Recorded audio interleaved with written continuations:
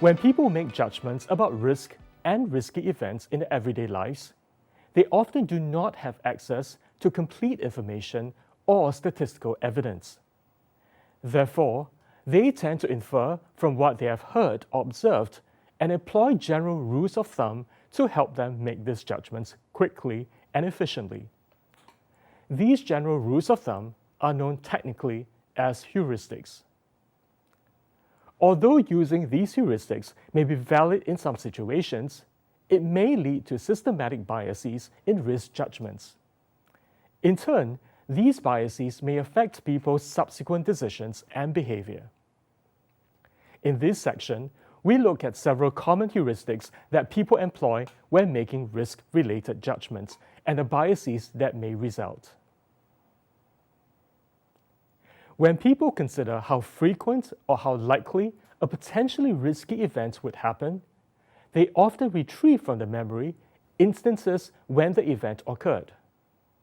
The easier it is for them to retrieve these instances and the more examples they are able to retrieve, the more frequent and likely they may think the event would occur. In particular, emotional and sensational events tend to be more memorable and imaginable, while personally relevant occurrences are more salient in people's mind. Conversely, the ease of retrieving counterexamples may lower people's perceived probability of that event. This is called the availability heuristic. For example, people may find it easier to bring to mind instances of catastrophic plane crashes than instances of fatal car accidents. These relative ease may then lead people to misperceive taking a flight to be riskier than riding in a car. On the other hand, knowing an uncle who lived beyond the age of 90, despite having smoked a pack of cigarettes a day, may lead one to underestimate the risk of smoking in causing lung cancer. Another heuristic that is often used to evaluate the probability of an event is the representativeness heuristic. Suppose that you are estimating the probability of object A leading to outcome B. You might rely on how similar A is to another object X that has been associated with outcome B. For example, when judging how risky it would be to consume a new type of food, people may mistakenly deem the food to be unsafe if the new food resembles another food product that is known to be harmful.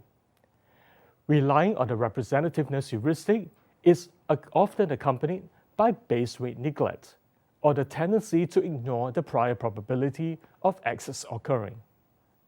When estimating the quantitative probability of an event, people may base their estimate on an initial guess, or what is called the anchor, and adjust insufficiently from this baseline to derive at the final estimate.